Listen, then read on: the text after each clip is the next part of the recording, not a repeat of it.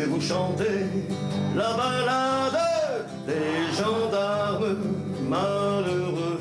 Un été que le propriétaire de la paillote, Yves Ferraud, aurait souhaité comme les autres. C'est pour ça qu'on s'est battu jusqu'à maintenant. Et j'espère que toutes les paillotes en Corse continueront à faire des 14 juillet. L'histoire va tourner vite au drame pour nos gendarmes malheureux. Nous espérons en tout cas que c'est le printemps de choses un peu plus justes en Corse. Il n'y a rien de plus naturel qu'une paillote, quelques branchages, quelques planches. C'est la sympathie, c'est le populaire, c'est la convivialité. Malheureux.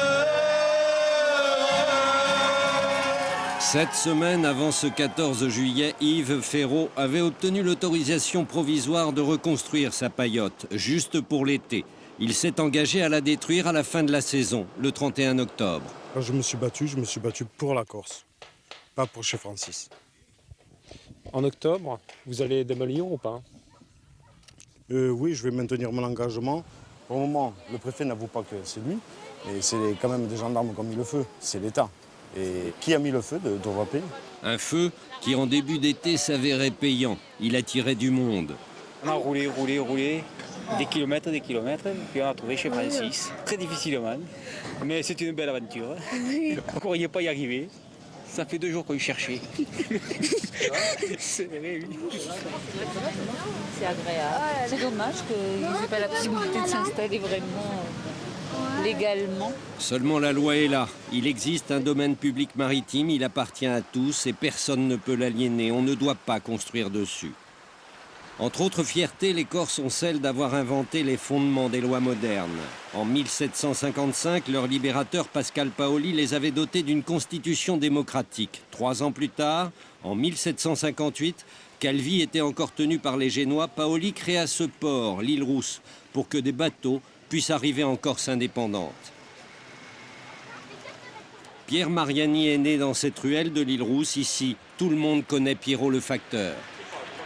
Moi, je suis venu facteur pour rendre service, pour faire plaisir. Mon père était pêcheur, ma mère commerçante, on faisait le marché d'été. Tout le monde me connaît dans les environs, et puis ceux que je ne connais pas me connaissent, en tous les cas. Les relations humaines, c'est ce qu'il y a de mieux dans la vie. Vous avez beaucoup d'amis? Pas mal, grâce à Dieu. Des ennemis, je ne m'en connais pas, mais bon. Vous savez, ici en Corse, avec une figue, on se fait un ami, et avec rien, un ennemi. On le dit. Et des figues, Pierrot en a beaucoup donné. La preuve, son carnet d'adresses. Tu n'as qu'à mettre mon nom, hein. Des amis d'une amie viennent de l'appeler, des plaisanciers continentaux en train de quitter la Côte d'Azur pour la Corse. Mais aucun port ne veut les recevoir. Plus de place, leur dit-on Il faut partout. qu'ils viennent avant 6 heures, hein. Ok, tu vois, j'adobe. Ciao, ciao. C'est bon, j'ai une place à Sant'Ambroge. Alors vous n'êtes pas seulement le facteur? On rend des services quand on peut. Hein? On fait que ça d'ailleurs. Mais je me régale à rendre service. Et il y a toujours moyen de s'arranger. Hein. Il n'y a que la mort qui ne s'arrange pas. Quelques heures plus tard, non seulement Pierrot a tout arrangé, mais il a décidé de prendre personnellement les choses en main. Faites attention, il n'est pas mis assez haute, hein. Ouais, je t'ai gousé. Hein. Ouais, là c'est bon maintenant.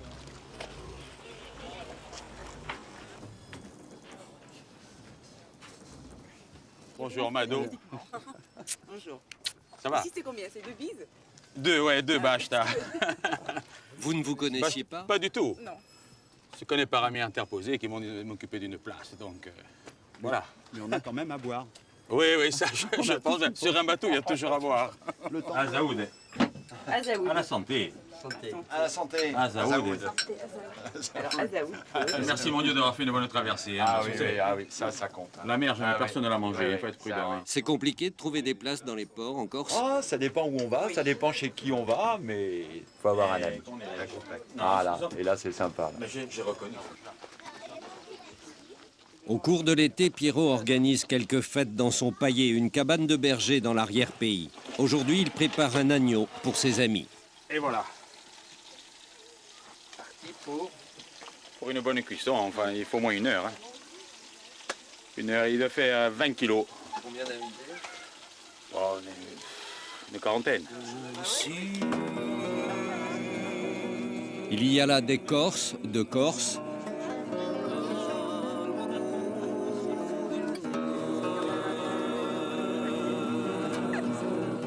Des vacanciers de passage, des continentaux corcisés, comme Michel Fugain, qui a élu domicile à l'île Rousse. Ça fait 30 ans que je vis en Corse. Hein. Alors, moi, la moitié de ma vie, la moitié de mes amis est ici. Mon choix s'est fait sur l'idée que c'était un peuple qui résistait à la stupidité d'une certaine vie moderne. Ça ne les empêche pas d'avoir les bagnoles les plus rutilantes, les GT, les trucs qui font du bruit. Ils vous en trouvaient beaucoup en Corse. Ça va avec le caractère latin, méditerranéen.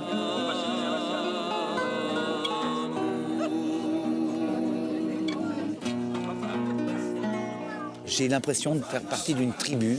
C'est une peuplade. Une tribu pas simple à comprendre. C'est la science du non-dit, la communication en Corse. Le mot merci n'existe pas, par exemple. Ou alors ils sont obligés de prendre une phrase, ti ringrazio, des machins, c'est un truc, c'est déjà plus pompeux. Ici on fait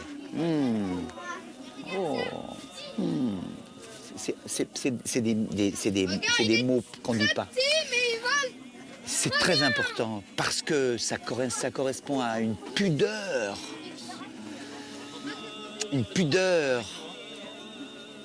de gens de la campagne. Il faut bien savoir que les Corses sont des gens de la montagne, c'est des campagnards, c'est pas des gens de la mer. Pierrot, c'est devenu un frère pour moi. Bon. C'est du ciment d'un peuple.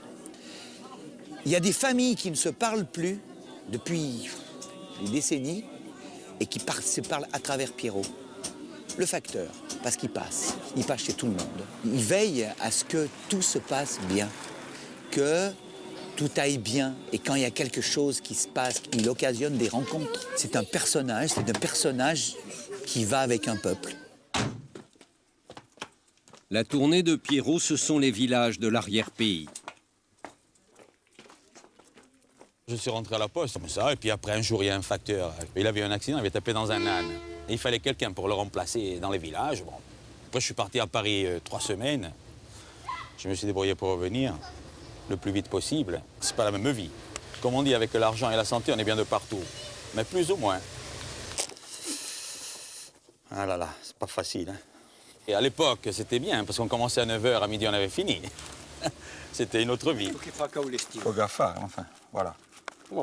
Encore J'envoie les talons des factures. On me demande de mettre sur le chèque la référence. Mais, alors je leur ai dit, oui, à quoi servent les talons des factures? Ils chauffent les chaises, quand je te le dis, ouais, ils chauffent les chaises. Il dit ça parce qu'il était à l'EDF. Mais EDF, on travaillait, on le gagnait à son pain. Pas comme à la poste vous êtes des feignants. Ah bon, merci. Et comment? On dit petit travail tranquille, mais c'est exact. Non, on dit petite tête téléguidée, c'est pas oui, pareil. petite tête téléguidée. Finalement, il n'y a que toi qui es bien, quoi. Non, je suis pas bien, moi, loin de là. Mais s'il y en avait moins des couillons comme moi, ça irait peut-être mieux. C'est vrai, alors il fallait pas prendre la retraite. Mais à 87 ans, on ne peut plus rien faire. Hein. Fini. Bonjour. Ça va? Faire le facteur, c'est un métier plus vivant que les autres, parce que bon, on crée des liens, on rend des services. Enfin, moi, je me régale à rendre service, donc ça me plaît. Stop. Stop. Stop. Vous rendez beaucoup de services? Quelques-uns. Je préfère pas en parler. Une seconde, il faut que j'explique quelque chose. Le facteur, il doit savoir tenir sa langue. À quoi moque, ça c'est sûr. Hein. Heureusement. On vous fait des confidences? Des fois. Ce que tu dis appartient déjà à ton ennemi. Ce que tu n'as pas dit t'appartient. Et les confidences, il faut les garder pour soi? Ah, top secret. Aquamboc, comme on dit en Corse. Hein. Ça veut dire? Aquamboc, haut de la bouche, on peut pas parler. OK. Quand on vous donne un truc, ça reste, ça sort plus. Au sud de la Corse, l'île de Cavallo, l'île des milliardaires. On dit qu'elle est inaccessible, que les bateaux ne peuvent pas y aborder. L'île secrète. Bien des rumeurs courent à son propos. Salut les potes. Ah ben voilà Monseigneur. Il vient nous chercher avec son bateau. James Andanson, depuis une trentaine d'années, il photographie les stars et les princesses. Bonjour monseigneur, je peux me permettre de vous embrasser? Comment ça va? Et vous? Très bien. Tout se passe bien? Ça fait longtemps que vous êtes là, monseigneur, en vacances? Oui, je suis très bien, oui. Combien de temps? 3 semaines? Ça fait 3 semaines. Monseigneur, c'est Victor Emmanuel, le prince de Savoie, l'héritier du trône d'Italie qui partage sa vie entre Genève et l'été Cavallo. Il est en exil et n'a pas le droit de mettre les pieds en Italie. 3 kilomètres de traversée, quelques minutes pour atteindre l'île secrète. C'est un paradis ici. Vous savez, Saint-Tropez, c'est fini. Hein. Oui. Terminé. Hein. Et maintenant, les gens ont de la classe et ils préfèrent être comme vous dans des endroits où vraiment vous n'êtes pas là pour vous faire voir sans arrêt. Ici, on est vraiment... Vous nous montrerez où est l'Italie, parce que je ne vois pas très bien où est l'Italie, là. Là-bas. Oui, ben, et on la voit, là, actuellement? Très bien, oui. Ah ben ça, c'est important, vous allez nous situer exactement.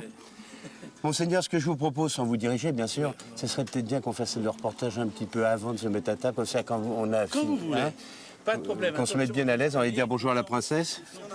De manger vers 2 heures alors. Quelle heure? Oui, ça devrait bien. Comme ça, la princesse sera détendue. Bonjour, princesse. Bien. Comment allez-vous? Ça va, je sais pas que c'était vous. On va faire ce que je disais à madame la princesse, et on va faire un petit peu pendant une demi-heure, parce qu'on ne va pas vous saouler de faire des photos en permanence. Dans la vie, il faut avoir un peu de classe. On va faire le tour du propriétaire, c'est-à-dire, par exemple, de dire, tu vois, chérie, cet endroit-là, nous l'avons fait en telle année, ce petit endroit-là, on l'avait fait dans telle et telle condition, celui-là. Ouais. Parce qu'on s'aperçoit que dans votre maison, qui est à 380 degrés, 360 degrés... Ah, vous devez aller sur le toit. Voilà, on voit des choses magnifiques, vous prenez vos jumelles, vous regardez exactement où est l'Italie, me dire, ben voyez, l'Italie est là. Non, moi je te passe. Merci. Monseigneur, où se situe l'Italie là par rapport à vous, là où vous êtes actuellement? Exactement, tout droit. La Sardaigne, là, à peu près à un quart d'heure en jet ski, mais ni mon fils ni moi-même, on peut y aller. Parce qu'on est toujours exilé. Maintenant, ça fait 53 ans il y a cette loi d'exil. Un peu comme l'empereur sur l'île d'Elbe. Oui, oui, à peu près. Quoi, on est un peu mieux, mais je crois que oui. Voilà, ne glissez pas que je joue pas le reportage. On prend jamais assez de précautions. Donc ça, c'est des choses bien. Vous me montrez un petit peu, monseigneur, des choses assez qui sont dans l'intérêt du reportage, vous voyez. Les escaliers, par exemple, oui. C'est une lampe romaine, mais en pierre. Oui, ça, je préfère faire là-bas, ça va être très joli. Bougez pas, c'est parfait. Ça fait combien de temps que vous êtes à Cavallo? Ça fait 30 ans. Nous avons découvert Cavallo il y a 30 ans. On était venus en bateau. Et on est tombé amoureux de cet endroit et amoureux de la Corse. Voilà. Parce que c'est un pays qui est unique au monde, je dois dire. Et pourquoi Cavallo? Cavallo, parce qu'on était arrivé là-bas avec un ami et puis on a trouvé l'endroit très joli. On est retourné l'année d'après en bateau. Nous avons acheté un terrain. On a construit la maison il y a 20 ans maintenant. Monseigneur, un peu là, vous mettez ici. Non, venez là. Voilà, venez ici, là. Et vous me faites un petit jeu de main très tendre comme ça. Et vous approchez, non mais pas la pelotée, mais vous vous approchez un peu plus. Voilà, ça c'est bon. Et sans les glaces, please. Voilà, ça va être très bien. Détendez-vous, vous pensez à votre ami James. Un petit peu décalé, c'est fini. Voilà. Vous savez une chose, c'est que d'abord, ma femme... Appelez-moi James, monseigneur. James. J'aimerais bien une petite photo quand vous arrivez tous les deux tendrement, comme ça, dans le petit chemin, là. Vous allez nous tuer. Je fais partie de la race des seigneurs. Moi, il faut que je gagne ou que je crève. Je tiens à 2 choses, à ma peau et à ma gloire. C'est pas mal, hein, il faut quand même le dire. Très bien. C'est très bien. Oui, même un petit peu plus loin, ça serait c'est vachement sympa, ça. Vous occupez, voilà. C'est un endroit, si vous voulez, c'est vrai, qui est assez discret parce que finalement, on est une île dans une île. Les gens disent à Cavallo, on ne peut pas y aller. Non, il y a ça, des c'est pas vrai. Ça, c'est pas vrai Il y a du des gens tout. qui repoussent les bateaux. Ça, c'est pas Non, il y vrai a un du hôtel tout. ici, Vous avez un maintenant, hôtel d'accord. maintenant, c'est ouvert au public, je crois, n'importe qui veut venir peut. Du reste, la plage est à tout le monde et les rochers aussi. Ah, bah les voilà. Voilà les hauteuils. Coucou, toc toc, badaboum. Je crois pas que ce soit le- Si, tu crois? Oui, c'est eux. C'est eux. Oui. Voilà. Oui, il vous le fait monsieur. signe. Il vous fait signe. Bon, bah c'est bien, tout ça, ils arrivent. On va pouvoir faire la rencontre de Ugolin avec le roi d'Italie. Ça, c'est quand même très, très bien. Mais pour moi, mon histoire journalistiquement, c'est Ugolin rend visite au roi d'Italie. Voilà, mettez-vous sur la roche tous les deux, voilà. Ça, c'est bien, ça. Et vous allez leur faire un petit signe. Allez-y. Faites-le. Coucou. Bonjour. Voilà. Tiens, le voilà, monsieur Ugolin. Mais non, mais c'est mieux pour eux. Il faut aller là-bas. Mais non, c'est là. Voilà, voilà. Tiens, regardez. On aimerait venir, Regardez. mais- Reculons-nous de 3 mètres. Voilà, reculez-vous, messieurs. Voilà. de Saint-Marc. On n'est pas à l'arène. Voilà. Comment ça va? Parce que c'est drôle. Embrassez-vous, embrassez-vous, embrassez-vous. Ça va bien, bonjour. Bonjour Pierre de... Ça c'est drôle. Ils ont dit que il fallait faire. Bien mon petit René. Je suis Auteuil, je suis un ami à moi. Daniel Auteuil n'a pas l'habitude de se prêter au flash des paparazzi et il ne s'attendait pas à être accueilli par James en dansant. Vous voyez, avec les enfants, pas une. Hein, je vous donne ma parole, comme ça vous êtes détendu, je ne veux pas vous gâcher votre journée. Voilà. C'est lui qui décide de tout. Là, ça a été réglé. Oui, Pour nous donner un coup de main. Nous, on faisait un reportage sur la princesse. Et on s'est dit, tiens, le roi d'Italie reçoit Ugolin. C'était pour nous, journalistiquement, une bonne histoire. Vous voyez ce que je veux dire? Henri de Navarre. Voilà, Henri de Navarre, ben voilà. On a trouvé ça très sympa, vous voyez ce que je veux dire? On va peut-être faire une photo exceptionnellement, monsieur et madame, tous les deux, c'est possible, sans vous embêter ici, vous regretterez après. Je vais vous envoyer un jeu de photos, vous allez dire que j'avais raison. Si je peux vous avoir un peu tendre comme ça, regardez, vous me regardez comme ça tous les deux, et j'aurai tout l'arrière, vous mettez là. Ça c'est super, vous êtes très gentil, voilà. Regardez-moi, ça c'est très bien. Voilà, excusez-moi, mais elle était importante pour vous. Il faut que tout le monde gagne sa vie. Vous me donnerez, monsieur Auteuil, le nom de votre pièce tout à l'heure. Hein. D'accord.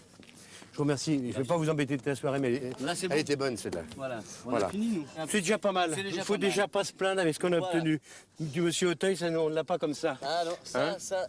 Alors, on va peut-être en faire une tous les deux, en train de marcher tous les deux, ça sera la dernière. Ah, d'accord. Voilà, très tendrement. Hein. Quand vous partez, vous êtes la main sur l'épaule comme ça. Allez-y. Très souriant. Et une des dernières arrêtées, c'est fini. Bougez pas. Fini. Terminé. Une à table et c'est terminé. Voilà. Je vous remercie de votre gentillesse. Alors, elle est où J'ai dit un jour, je l'aurai, mais il faut se battre dans la vie. Non, non, je vous ai eu parce que je suis un bon. Oui, ça c'est bon, bougez pas. Ça, vous attendez pas, hein? Vous devriez dire, James, tu es un bon. On sent que les gens qui viennent en Corse, ils viennent pour se reposer, pour avoir une autre image des gens de la Côte d'Azur. C'est pas des m'as-tu vu. Donc s'ils cherchent vraiment à venir ici, c'est vraiment pas pour être planqués et pas être dérangés par les gens. On le voit très très bien. On a beaucoup de mal à obtenir. Là, on a la chance d'avoir une rencontre. Plaît-il? Non, non, rien. Je suis là. Toc toc, madame. Non, non, n'appelez pas. On va traquer un petit peu, mon petit Daniel. Ça, c'est des moments énormes. Voilà.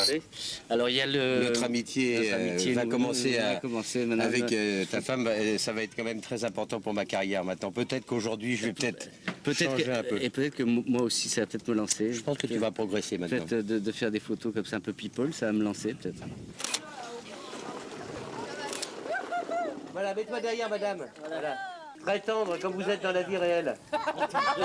C'est pas un déshonneur. C'est très très bon, ça, c'est assez. Action! Yes, sir. Vous pouvez pas essayer une bonbonne? Oh là là, la caméra est tombée dans l'eau. Là, c'est pas mal, ça. Non. Non, vraiment. Ça, c'est pas drôle.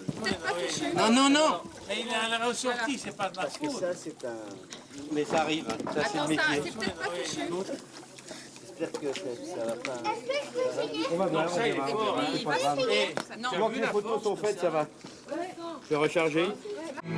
Mais les eaux de Cavallo ne rendent pas toujours ce qu'elles ont englouti, en particulier les rêves.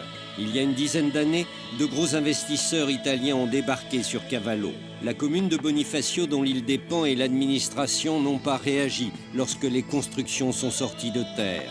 Le fait que souvent l'immobilier permette de blanchir de l'argent sale et que là l'argent venait très clairement de Sicile n'a pas inquiété, sauf quelques poseurs de bombes du FLNC. Une centaine de charges de plastique ont mis un terme à l'élan de ces entrepreneurs. 10 ans plus tard, sur l'île, on n'aime pas trop aborder le sujet. On a parlé de lavage d'argent sur Cavallo. Ça, j'ai aucune idée. Ça vraiment, je ne vois pas comment ils pourraient laver de l'argent ici. Il y a eu corruption, d'après vous? Je ne sais pas, peut-être il y a eu négligence plutôt que corruption, mon cher. Soyons diplomates. Répondez-moi sérieusement. Non, je vous assure. Je vous réponds, tout à fait. Je ne sais pas qui c'est. Je sais que ce sont des groupes italiens. Vous pouvez demander encore à ma femme qui le connaît mieux, toutes ces histoires-là. Écoutez, c'est difficile pour moi de le dire. Nous habitons, comme vous voyez bien, ici. Nous ne nous occupons pas de ce qui se passe derrière. Nous avons des amis corses, on est très bien. On a des amis qui viennent nous voir tous les jours. Moi, ce qui se passe derrière moi, je ne veux pas le voir. Parce que j'ai connu cette île qui était une merveille. On l'a détruite, on l'a démolie, c'est vrai. Et j'en suis très désolée. Parmi leurs amis corses, il en est un qui ne mâche pas ses mots et qui ne cache pas son ressentiment, Pierre-Dominique Giacomoni. Depuis que les promoteurs du projet de départ ont été écartés, il n'a de cesse d'accuser ceux qui les ont évincés. Son rêve à lui était tout autre. Avec son ami Jean Castel, le pape des nuits parisiennes, il voulait faire de Cavallo un bijou. Cavallo, l'émeraude de la Méditerranée. Jean Castel s'y était employé, et puis il y a eu différentes banques françaises qui ont lâché en cours de route le projet de Castel et qui ont vendu par la suite ça à, comment dirais-je, à des banques italiennes. Alors, à l'époque, nous ne savions pas que les banques italiennes étaient des émanations de la mafia et de toute la merde qu'elle entraîne. Voilà.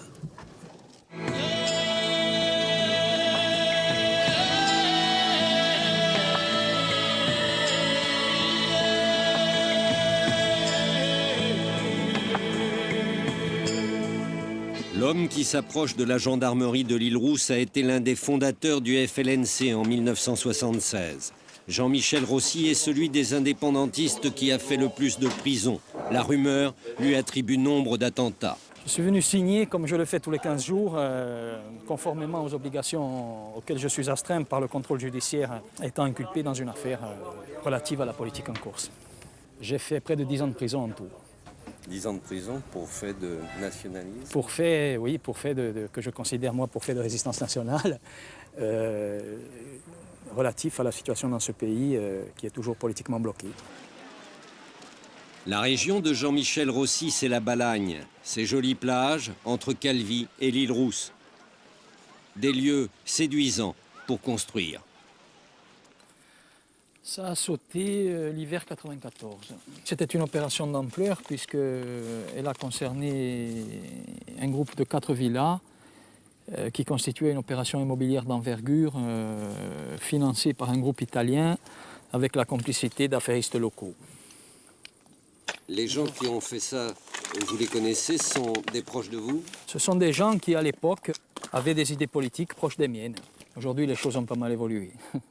C'est-à-dire? C'est-à-dire que la lutte contre la spéculation immobilière ne paraît plus pour le FLNC une priorité.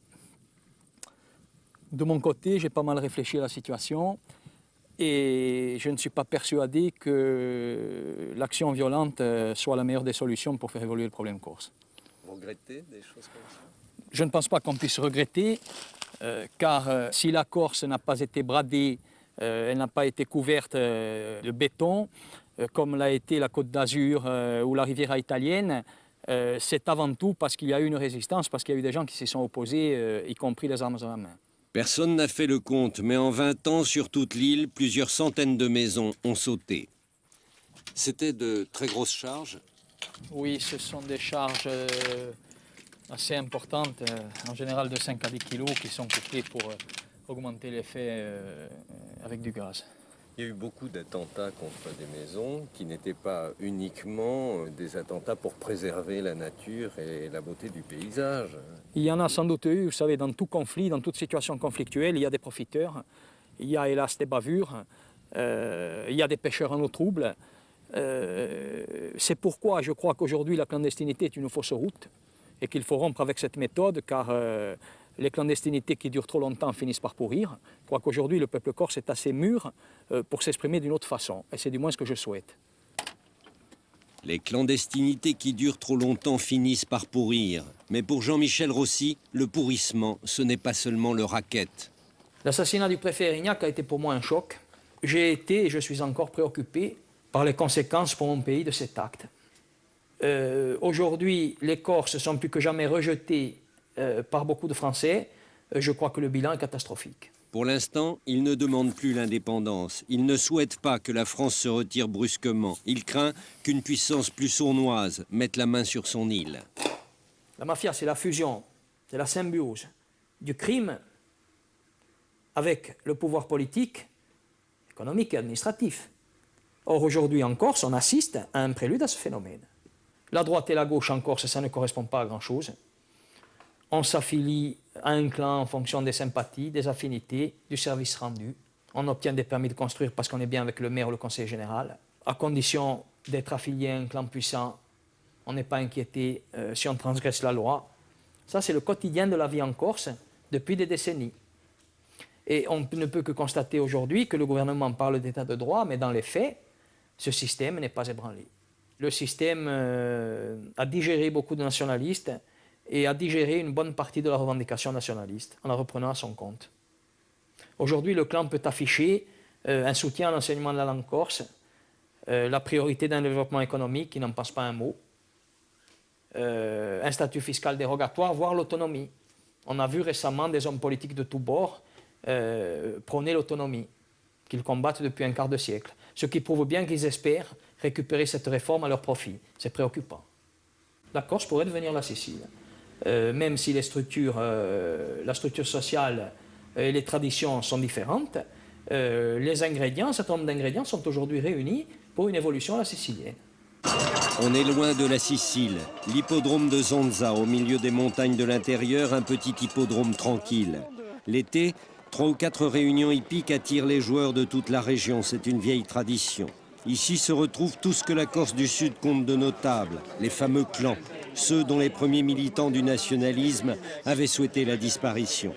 Le grand chef du clan du Sud de la Corse était le père de l'homme au polo noir, Jean-Paul de Roccassère, maire de Porto Vecchio. On l'avait surnommé le renard argenté. Sa mort en 1998 n'a pas bouleversé le paysage politique. Camille de Roccassera, le fils, est aujourd'hui maire de Porto Vecchio, l'héritier du clan. Le clan, c'est l'association de famille pour la sauvegarde, je dirais, de la communauté. Et ce sont des gens qui ont été, je dirais, appelés par la population pour les représenter, pour les servir. C'était souvent les meilleurs. Là, aujourd'hui, je ne sais plus si nous sommes les meilleurs, mais en tout cas, il y a une obligation à servir les autres et être au service des autres, donc au service, je dirais, de la collectivité. Les nationalistes avaient souhaité la fin du clanisme. 20 ans plus tard, les clans ne rejettent plus le nationalisme et beaucoup de nationalistes ont rallié les clans.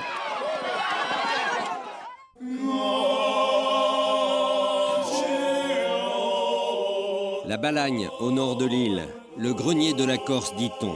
Autrefois, les oliviers et le blé y avaient apporté une pauvre richesse. Aujourd'hui, c'est le tourisme et la vigne qui marchent.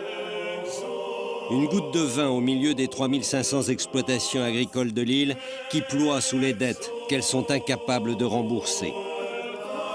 Avec l'opération main propre du préfet Bonnet, Michel Valentini, le président de la Chambre d'agriculture, était mis en examen pour détournement de fonds publics. Dans la caisse, il y avait un trou de 16 millions. Le bureau de la Chambre a été dissous. Étienne Suzzoni, 2 mètres et 37 ans. Ce matin de juillet, il ne part pas s'occuper de ses vignes, mais d'élections. Des élections anticipées en juillet pour un nouveau président à la Chambre d'agriculture. Étienne Suzzoni est candidat. Tous les agriculteurs corses ont été montrés du doigt. Et on a tous été un peu humiliés par cette affaire. Et aujourd'hui, bon, on a envie de s'impliquer. Je pense qu'on a le devoir de s'impliquer. Je conduis la liste qui est soutenue par le CDJA. Ce sont les jeunes agriculteurs du département qui ont décidé de prendre un peu leur destin en main. Alors ils sont venus me chercher. On veut vivre du fruit de notre travail. On veut pouvoir être fiers de notre métier aussi. On ne veut pas passer pour des chasseurs de primes ou des magouilleurs. 8h15. À 1 heure de route de la côte, la commune de Belgodère. Belgodère, c'est le fief du principal adversaire d'Étienne Suzzoni.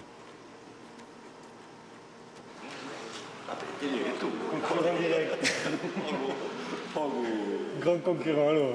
Jean-Marie Mancini, en chemise jaune, conduit la liste du syndicat qui jusque-là tenait la Chambre d'agriculture et dont le patron corse était Michel Valentini.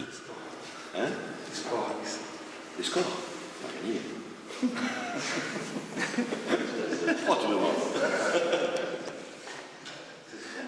Les Corses affirment avoir inventé la démocratie moderne. Pascal Paoli les avait dotés d'une constitution républicaine bien avant la France. Voter ici, c'est toute une histoire. On va te laisser, tranquille. D'accord, vous me laissez le bureau. C'est tout ce que je vous demande. Ne remplissez pas l'urne. Une pratique de l'élection tellement ancienne que l'on a eu le temps ici d'inventer toutes les manières de frauder. L'une des plus connues, le bourrage des urnes. Un seul votant glisse plusieurs bulletins en même temps. Il suffira ensuite, avant le dépouillement, d'ajouter le nombre équivalent de signatures en face de gens qui ne sont pas venus voter. C'est une pratique courante, le bourrage des urnes? Non. Non, c'est ce... Je pense que c'est des pratiques qui sont de plus en plus bannies. Peut-être bien qu'il y ait encore, mais... Les causes de désespoir peuvent engendrer des pratiques... Ah ben alors, comme on n'est pas désespéré, donc... Mais bon, chez nous, on est civilisés. Comme on n'est pas désespéré, nous n'aurons pas ce genre de pratique. Tricher, c'est un sentiment qui est humain. Je veux dire, même si aujourd'hui, notre génération veut tirer un trait sur cette mentalité-là, la mentalité éventuellement. Mais quand on est passionné et qu'on sent qu'on va perdre, la tentation de mettre un paquet d'enveloppes dans une urne, elle existe. Donc il faut faire en sorte que les choses ne puissent pas se faire. Il faut encadrer une urne, il y a des assesseurs. Bon. Réglementairement, si tout est respecté, ça ne doit pas arriver. Mais moi j'ai vécu ça gamin dans mon village, un village de 150 habitants. Après des élections fratricides pour une mairie, vous aviez un clivage, le village était coupé en deux. Vous aviez des gens qui se disaient plus bonjour, même dans les mêmes familles, parce qu'on n'avait pas voté. Parce que alors, le fait de voter pour ou contre, c'est tout un engagement, quoi. C'est un défi à l'autre. Il va voter contre. Bon, c'est une fierté qu'on atteint, qu'on blesse. C'est de l'amour propre, quoi. Et bon, il est vrai qu'autrefois aussi, il y avait le sens de la parole. Quelqu'un qui vous donne sa parole, c'est quand même important. Quelqu'un qui est fidèle, c'est quelqu'un qui... Je pense que c'est aussi une valeur. C'était des valeurs. Il y avait une fidélité à quelqu'un. Jusque-là, surtout, il y avait les clans. La fidélité au clan. On votait pour celui dont on savait qu'en retour, il rendrait tous les services, quelle que soit la légalité de la demande. L'irruption des jeunes agriculteurs dans la bataille électorale a été perçue par tous les Corses comme une attaque contre le clanisme. Après avoir parcouru la campagne et les bureaux de vote toute la journée pour le dépouillement, Étienne Souzzoni se retrouve dans son fief. Voilà, on arrive à Calenzane. C'est le village où je suis né. Ma mère a été élevée ici, d'une famille de bergers, Niolin, qui transhumait et puis qui avait fini par se sédentariser ici. Et on a la maison de famille à l'entrée du village. Vous y avez passé votre enfance? Non, je suis simplement né parce que la tradition voulait que les femmes accouchaient chez leur mère. Et j'étais venu, donc je suis né là, mais après je suis reparti dans le village de mon père où j'ai été élevé. J'ai grandi à la Vatolge. C'est à combien? C'est une quinzaine de kilomètres. Au Bélo.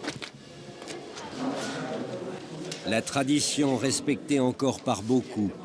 Ne pas passer par l'isoloir, ne pas se cacher et montrer aux hommes du clan que l'on vote bien pour son chef. Voter. Ça vote bien. Au niveau de la participation, c'est un peu... Les gens jouent le jeu. Je pense qu'ils vont... Le géant et le tout petit, depuis leur adolescence, leur complicité a suscité toutes les plaisanteries. Pierre Aquaviva est viticulteur comme Étienne, ils sont sur la même liste. Lui aussi souhaite que les choses changent. Encore plus qu'ailleurs, dans ces villages de Corse où il reste si peu d'habitants, chaque voix compte, chaque défection pèse lourd. On attend le verdict final. Plus personne ne va venir voter? Oh, si, là, normalement, il y en a un qui avait oublié, qui pensait que c'était dimanche, on l'a appelé, il arrive, mais il y a 3 quarts d'heure d'ici, donc j'espère qu'il va arriver avant la clôture. C'est à quelle heure? 6 heures. Mais 2 minutes avant 18 h, l'étourdi se présente.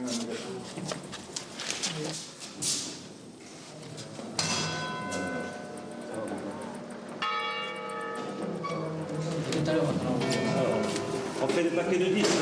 Oui. Hein? Oui, oui. Soupçonne. Soupçonne. Mancini. Soupçonne. Soupçonne. Soupçonne. Mancini 21. Soupçonne 42. Alors que tombent les résultats des autres communes, la victoire des jeunes se confirme. Bravo pour une belle élection. Hein. Combien? Eux 28 et nous 29. On a 29, on est devant. Les soucis vont commencer. Avec leur succès, avec le revers des clans, beaucoup de gens se sont dit que quelque chose changeait cet été en Corse. Bonjour, ça va? Pour certains, les soucis commencent, d'autres tentent de les mettre entre parenthèses. Le maire, il s'appelle Monsieur le maire. Jean Tibéri n'est pas le maire de Corté. Sa femme Xavière y est née, la fille du boulanger. On est emmerdé sans arrêt, il y a un monde fou qui est toujours en train de lui dire bonjour. Alors, Xavier m'a dit que... C'est un enfer, il ne peut pas faire un pas. Et là encore, il faut que j'arrête ça tout de suite. Bon, Ça fait plaisir on va y aller. Là-haut, vers l'église aussi, il y a des... Oui, Moi, je viendrai te voir. Voilà. Tu es là tout le temps. Oui, oui, je bouge pas. Je venais souvent à Corté. C'est des signes que connaît Xavier, d'ailleurs. Et je me retrouve, le paysage. Est-ce que vous êtes loin ici des embarras de Paris et des affaires? On y pense toujours, on pense aux problèmes. Les problèmes parisiens sont importants, ils sont passionnants. D'ailleurs, il y a beaucoup de Corses à Paris, il y a beaucoup de Cortenais. Mais enfin, c'est réconfortant psychologiquement, moralement de se retrouver et retrouver ses sources. Se ressourcer, quand même. Ah ouais, on va y aller, on arrive. Vous êtes loin des embêtements parisiens? Il n'y a pas d'embêtement. Il n'y a aucun embêtement. Par rapport à la tradition d'ici, vous allez vous servir vous-même votre pastis. Voilà. Ça, c'est bien, ça. On leur demande n'importe quoi, ils font tout et ils sont gentils. Eux, au moins, ça roule. Mais là, on va les isoler, on va les emmener dans la pampa parce que ça va pas, ça. Je vais vous faire un trait de passer sur le petit pont, comme ça, très tendrement un peu, vous voyez que ça fasse... Ah oui, mais moi, je vais vous dire, ça fait j'ai 27 ans de mariage et je suis toujours très tendre. 41 ans, c'est pas 27. Et moi, 53 ans, donc... Le mariage? Non, 27 ans de mariage. 41 ans. Et 27 ans de plaisir. Ah. C'est bon. Tous les deux comme ça, bien tendres. Avec les gens qui sont en train de se bronzer. Très très tendre tout ça. En train de vous regarder un peu les baigneurs. Mettez-vous un peu sur le côté là, un peu appuyé. Un des reproches faits au maire de Paris est de s'être appuyé et même trop entouré de Corses. À la mairie de Paris, nous sommes quelques Corses qui nous sommes engagés dans la vie municipale, dans la vie politique il y a longtemps. Alors parfois, avec certains, il y a quelques divergences, mais il y a une amitié. Dans la vie politique, il y a des moments difficiles, avec des adversaires, avec des alliés, même avec des amis, entre guillemets. Mais je crois qu'avec les Corses, globalement, il y a une fidélité, et ça, c'est extrêmement réconfortant. C'est très bon, voilà. Enfin, on découvre où ils passent leurs vacances. Donc on nous a pris tous les deux comme bouc émissaire. Mais ça n'a aucune espèce d'importance. C'est du papier, c'est tout. Ils n'ont entamé ni ma force, ni ma joie. Ni ma foi non plus, d'ailleurs. C'est la dernière. Regardez, je suis à 28, à 36, c'est fini. Voilà, promis, c'est fini, j'arrête. La baie de Santa Giulia, des allures de Caraïbes, le plus grand complexe touristique de l'île, entre Porto Vecchio et Bonifacio. Willy, Dimitri, Vincent et Christophe, 4 copains, 4 Parisiens. Ils sont arrivés sur la baie avec une seule idée, trouver les femmes de leur vie, sinon de leurs vacances. On voit la mer turquoise, le beau sable, les belles filles en maillot de bain et tout et tout. Il faut trouver de bons emplacements. Vincent, toi tu sais pas bien choisir, moi je trouve. Hein. Ouais. On va laisser faire Dimitri, il a le droit de l'emplacement. Voilà. Allez, montre-nous. Ah ouais, c'est terrible. L'eau elle est bien, elle est calme là. Non, c'est les... Non, ils sont avec des bonhommes ceux-là. Ils vont se poser là, comme là-bas. Ouais. C'est parti, attention, aïe. Il brûle le sable, non? Deux stratégies bien différentes. Pour Dimitri, Vincent et Christophe, tout se joue sur la plage. L'arme de Willy, c'est le téléphone. Pour les 3 autres, tout n'est qu'affaire d'emplacement. Pas terrible pour l'instant, mais bon, ça devrait pas tarder à être bon, quoi. Là, il est tôt encore pour que ce soit bien un bon emplacement, quoi. Mais en général, près du bar, c'est bien. Puis au pire, même si l'emplacement n'est pas bon, il y a du passage. Donc on arrive toujours à se lever, à courir après une fille ou deux, quoi. Mais que les heures soient passées sur le sable ou à tenter par téléphone d'obtenir une soirée, depuis qu'ils sont arrivés, les résultats ne sont pas au niveau de leurs espoirs. Et toi Dimitri, ça marche? Rien du tout. À une dizaine de kilomètres de la plage, le camping où ils se sont installés. On est parti en Irlande et puis lui nous a dit qu'il y avait un plan en Corse. On y a été. On n'est pas déçus. Hein. C'est bien, c'est très beau. Très beau. C'est bien le paysage. Magnifique. Vous avez pas eu des appréhensions de venir en Corse? Franchement, pas. Au début, si, parce qu'on a toujours dit que les Corses, ils aimaient pas les Français. Mais enfin bon, ça se passe bien. Hein. Y a pas de problème. Faut les respecter, quoi. On les respecte, y a pas de problème. Hein. Ils sont accueillants. Moi, je respecte leurs femmes surtout. Mais... Pardon? Je respecte leurs femmes. Hein. Elles sont belles. Il faut y aller ici, hein, parce que les femmes ici, elles sont magnifiques. Mais il faut pas les toucher. Au plus chanceux de ce soir, au 14 juillet, qui paye sa tournée demain. À la Corse. Au 14 juillet. Ce soir, il paye la tournée de demain? Ouais. Ok. Moi, je m'en fous, j'aurais pas de chance alors. Et à la Corse, ouais. Et aux femmes. Arrêtez. Non, il a dit 3. Après, quand j'ai dit attention, on va te prendre le mot, il a dit 3. Je suis pas assuré aussi ce soir. Tu as assuré quoi? Il n'y a pas de meuf. L'espoir de ne pas passer la nuit seul repose maintenant sur le bar de la plage. C'est chaud? Oui, elle est belle, hein? Que belle, là. Bon, ok, elle est belle, la fille, mais bon, il n'y en a qu'une. On n'assure pas. Elle piste, en tout cas. C'est clair qu'elle piste. Elle piste, elles ont faim. C'est bien quoi, elle piste? Elle nous regarde beaucoup.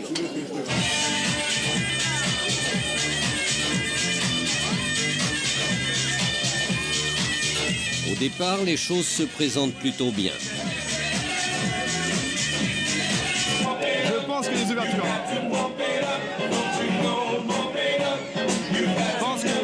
Je pense que ce soir, je n'irai pas tout seul.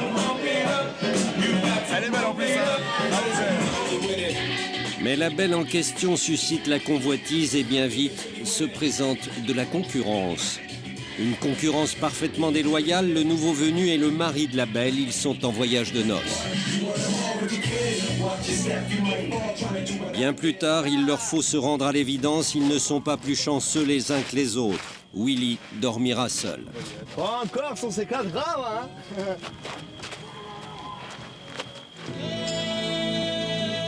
Calarossa, au nord de Porto Vecchio, des maisons dans la Pinède, un des endroits les plus luxueux de Corse. Cyril Titran, 28 ans, il a une entreprise de peinture à Porto Vecchio. L'été, pour lui, comme pour tous ses amis du village, c'est l'époque où rentre l'argent. Ici, on est dans le parc privé de Calarossa, à côté de Porto Vecchio. C'est un domaine résidentiel où il y a de très très belles maisons. Les gens qui viennent en vacances ici recherchent quelque chose qu'on ne trouve plus dans le bassin méditerranéen. Vous allez sur la Côte d'Azur, c'est bétonné de partout. Et tous les gens qui viennent ici en sont conscients, je pense. La dernière star, c'est Michel Sardou, qui est venu s'installer à Calarosse. Il a acheté un terrain et il a fait construire, il fait construire, parce que c'est pas fini, une magnifique villa. Le bureau chanson. Je vais installer mes musiques, mais c'est pas un studio, hein, c'est un bureau pour écrire. Et à partir de là, c'est les enfants et les amis. Et là, le bord, le poulard, enfin, le coin où en fait on dîne tous les soirs avec le barbecue, un peu comme chez toi. Sur la terrasse. Voilà. Et puis la piscine. Et la piscine, alors qui descend comme ça, parce que je veux voir la mer de partout. Et on voit la mer, où que je sois, je vois l'horizon. Tout s'est fait très vite, tout s'est fait en un coup de cœur, comme ça, en une après-midi. Alors me voilà propriétaire terrien au bord d'une mer corse, dans un pays magnifique. C'est sauvage, c'est préservé, c'est surprenant. On passe d'un paysage à l'autre. J'ai survolé en hélicoptère pour voir un petit peu l'arrière-pays. Et j'ai vu des panoramas, j'ai vu des paysages exceptionnels. À tel point que j'hésitais à un moment donné à me dire bord de mer ou montagne. Je ne savais plus trop. Finalement, il a choisi le bord de mer. Michel Sardou avoue qu'il connaît mal la Corse, mais il a déjà compris ce qu'il fallait faire et dire. Je suis un petit peu toujours surpris quand on montre la Corse comme des hommes à part ou des hommes ou des femmes à part. Non, ce sont des hommes et des femmes nature qui ont un caractère, qui ont une culture, qui adorent leur région, leur pays. Et comment ne pas les comprendre? Le respect, c'est important, oui. Beaucoup ici. Hein. Oui, très important. Oui. Ici, c'est primordial, on dira plutôt. C'est une question de confiance, une question de respect mutuel, de toute façon. Hein. C'est la moindre des politesses de ne pas arriver ici en terrain conquis, de faire ce qu'on veut. Il est évident que si vous faites ça, bon, bah, vous serez un jour ou l'autre obligé de rendre des comptes. C'est normal. Ici, est-ce qu'il y a eu des maisons qui ont sauté? Comment ça s'est passé? Oh, ça dépend. Ça, c'est des problèmes que je pourrais pas expliquer. Parce que d'abord, je le sais pas. Bon, après... Mais il y a eu quand même des maisons... Oui, il y a des maisons qui ont été touchées, c'est certain. Bien sûr, il y a quelques règles, je dirais, de bon sens qu'il faut respecter, à savoir faire travailler les commerçants, les entrepreneurs, les architectes et les décorateurs de la région. Si vous amenez tout par hélicoptère de Gênes, de Rome ou d'Angleterre, évidemment, ne demandez pas après qu'on vienne vous réparer ou qu'on vienne vous rendre service. C'est pas possible. Celui qui vient ici, qui respecte pas ces principes de base? Ça peut mal se passer. Ça peut mal se passer, mais bon, c'est pas... Ça s'est mal passé dans certains cas. C'est déjà arrivé, oui. Quand je suis arrivé à Miami, personne n'y allait. 5 ans après, c'était à la mode. Alors je crains le pire. Je crains le pire. Tout le monde dit, oh là là, c'est un pays vieux, je trouve une île où il n'y avait personne. Et 5 ans après, c'était... alors là, je vais verrouiller, je vais dire... C'est pour ça que je ne veux pas faire trop de publicité, parce que de l'autre côté, j'aimerais bien, parce que ça fait vivre quand même les habitants d'ici, mais pas trop quand même, quoi. Bon, pas trop. Je vais essayer de contacter tous mes amis. On est une équipe à faire du jet ski toute l'année, été comme hiver. Le jet ski, la passion de Cyril et de sa bande. Ça coûte environ 43 000 francs. Vous dépensez tout votre argent là-dedans? Oui, une grande partie. Une grande partie de nos bénéfices, de ce que l'on gagne dans l'année, et réinjecté dans le jet ski, puisque c'est notre passion.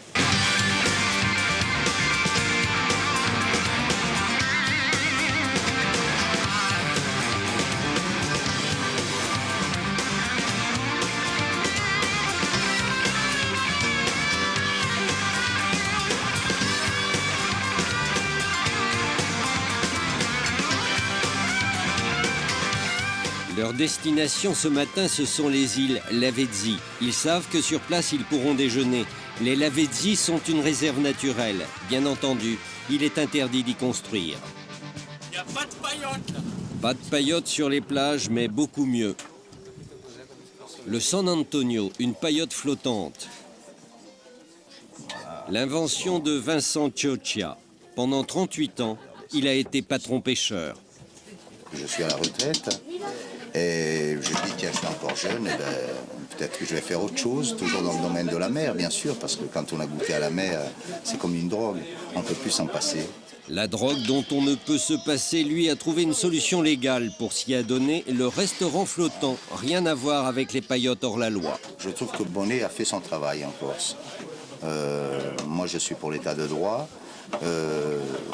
Après, bon, peut-être qu'il y a eu quelque chose entre eux, bon, une dérive, je ne sais pas pourquoi, mais je trouve qu'on a mis un peu d'ordre, entre Corses surtout, parce qu'on ne pouvait plus se voir à un moment, on se demandait qui était qui, ne pas pouvoir parler n'importe comment. Et aujourd'hui, je crois qu'on s'est réconciliés. Il y avait des gens qui n'étaient jamais venus en Corse, et vous savez que quand les gens viennent une fois en Corse, ils reviennent automatiquement. Donc c'est pas l'histoire de Bonnet, la conjoncture actuelle va mieux, c'est l'Europe, c'est 350 millions d'habitants. Donc je pense qu'en Corse, il faudra se préparer, bien former nos jeunes, de façon à ici vendre du soleil pendant 6 mois de l'année. Qu'il faut préserver notre pays, essayer de garder un peu nos traditions, parce qu'elles se perdent, les traditions, s'il y a trop de touristes. Parce que vous savez, alors il y a une chose que je vais vous dire, le Corse par lui-même, il n'est pas exigeant. Voilà, le Corse, c'est un gars qui vit dans un beau pays où il y a une belle qualité de vie, il n'a pas envie de s'enrichir, il a envie de faire une saison touristique normale pour pouvoir passer son hiver tranquille. Une petite vie tranquille, n'empêche que les affaires vont bien pour le retraité. Il possède déjà 2 bateaux-restaurants et envisage d'en faire construire un 3e pour l'an prochain. D'autres qui ont profité du tourisme, ce sont les viticulteurs, ceux qui ont fait des efforts pour améliorer la qualité de leur vin. Ils sont une 40aine. Etienne Suzzoni, le nouveau président de la Chambre d'agriculture, est un des rares agriculteurs qui vivent de leur travail. Il y a 10 ans, on avait du mal à écouler notre production à un prix très proche des prix de revient. Aujourd'hui, on a pratiquement doublé. Les gens d'ici sont fiers de nos productions. Ce sont nos ambassadeurs, les restaurants les vendent bien. Sur les cartes, ils occupent une bonne place pour peu qu'on ait du tourisme, comme c'est le cas ces 2 dernières années. Et les ventes marchent bien. Mes difficultés, c'est de fournir ce marché. Aujourd'hui, je n'ai plus de vin, je ne peux plus répondre à la demande. Une viticulture qui a fait des progrès, qui marche bien. Mais l'image des agriculteurs est à l'image de la Corse, déplorable. C'était ces bandits, après ça a été ces gangsters, maintenant ce sont ces agriculteurs escrocs, chasseurs de primes qui produisent rien, etc. Ce sont des clichés, ce sont des caricatures. On a du mal à s'extraire de ces caricatures. Ce matin-là, les radios ont annoncé que les enquêteurs à la recherche d'Ivan Colonna viennent d'effectuer des perquisitions chez 2 viticulteurs en Balagne. Les policiers cherchent Ivan Colonna dans votre région. Ils ont interpellé un de vos voisins. Pierre Aquavive, c'est un ami, c'est un voisin. Je le fréquente au quotidien, particulièrement ces jours-ci. Je peux vous dire qu'il est à 1000 lieues de cacher des terroristes ou qui que ce soit. Et je pense que cette médiatisation-là nous porte tort. Pierre Aquaviva, ses vignes se trouvent derrière Calvi, à une 30aine de kilomètres de celle d'Etienne Suzzoni. Ce matin, à 6 h, il a été réveillé par les policiers. Après une 12aine d'heures de garde à vue, il vient d'être relâché. Il y avait là un déploiement de force impressionnant, gilet pare-balles, pistolet mitrailleur, casque, protège-jambes, enfin bon, tout l'artillerie complet. Qu'est-ce qu'ils vous ont dit? Bon, ils nous ont dit simplement qu'ils étaient là pour chercher quelqu'un, sans dire de qui il s'agissait. Vous connaissez Ivan Colonna? Non. Je n'ai jamais vu, j'ignorais son existence jusqu'au moment où il a été recherché. Voilà. Ni lui, ni aucune des personnes qui sont recherchées dans le cadre de l'assassinat du préfet Rignac. On s'intéresse à nous parce que j'ai un frère qui a été tué il y a quelques années dans une action du FLN. Il appartenait donc au FLN. Votre frère avait eu des liens avec Ivan Colonna? Alors, apparemment, il semblerait que mon frère ait eu des liens avec Ivan Colonna, absolument, que j'ignorais, que j'ai découvert par les médias depuis que l'on parle d'Ivan Colonna. Voilà. Mon frère ayant été en fuite pendant 4 années, avant d'être tué. Jean-Baptiste, le frère de Pierre, avait été tué lors d'une opération commando contre la ferme d'un agriculteur qui n'était pas originaire de l'île. On peut cacher un homme dans une... On peut bien sûr cacher un homme. Ça paraît difficilement concevable parce que c'est particulièrement inconfortable, mais on peut tout imaginer. Oui, un homme peut rentrer. Ça s'appelle une trappe d'homme d'ailleurs. Elles ont été fouillées? Elles ont été fouillées, absolument. Les gendarmes sont passés et soigneusement ont ouvert toutes les trappes pour voir si personne ne se trouvait à l'intérieur. Si Ivan Colonna se présentait ici et vous demandait de le cacher, qu'est-ce que vous feriez? Ce serait une mauvaise idée, suite aux événements récents. Je sais pas. Je ne peux pas répondre.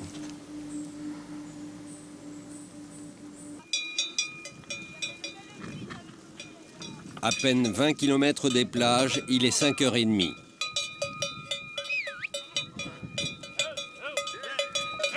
Etienne Ciucci, 42 ans, 260 chèvres. Un des derniers bergers à pratiquer la transhumance, a emmené ses chèvres à pied vers les pâturages d'été, dans la montagne. Pour la plupart, les autres bergers emmènent leurs troupeaux en camion. Etienne, oui. Pourquoi vous ne les descendez pas en camion? Parce que ce serait moins On trouve que notre transhumance à pied, c'est plus traditionnel. Et puis ça nous permet de rassembler pas mal d'amis, et de manger le soir autour d'un bon repas, quoi, tous ensemble. On est arrivé un peu plus de Oh Michel, bien. Mes parents étaient bergers, mes grands-parents étaient bergers. Je suis berger et j'espère que mon fils sera berger. Oh Fais Gargamel. Ah Non Michel. Non mais je vais l'attraper. Hein.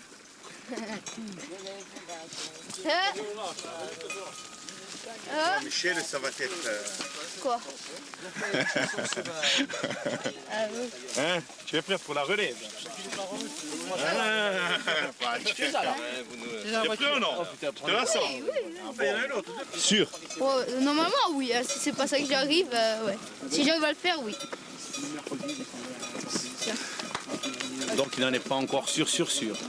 Parce qu'il a une autre passion, un peu les jeux, les ordinateurs, la mécanique. De gens qui vivent de ça, il n'y en a plus beaucoup. De jeunes qui vivent de ça, surtout, il n'y en a plus beaucoup dans nos villages. C'est assez dur. L'hiver, c'est très dur. Dans nos villages, c'est dur.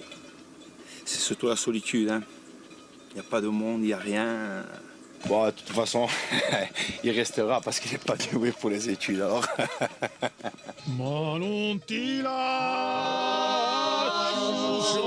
La fête du soir près d'une fontaine. Quelques touristes les ont rejoints. Alors, dans les montagnes, du fond des entrailles, sort la gravité.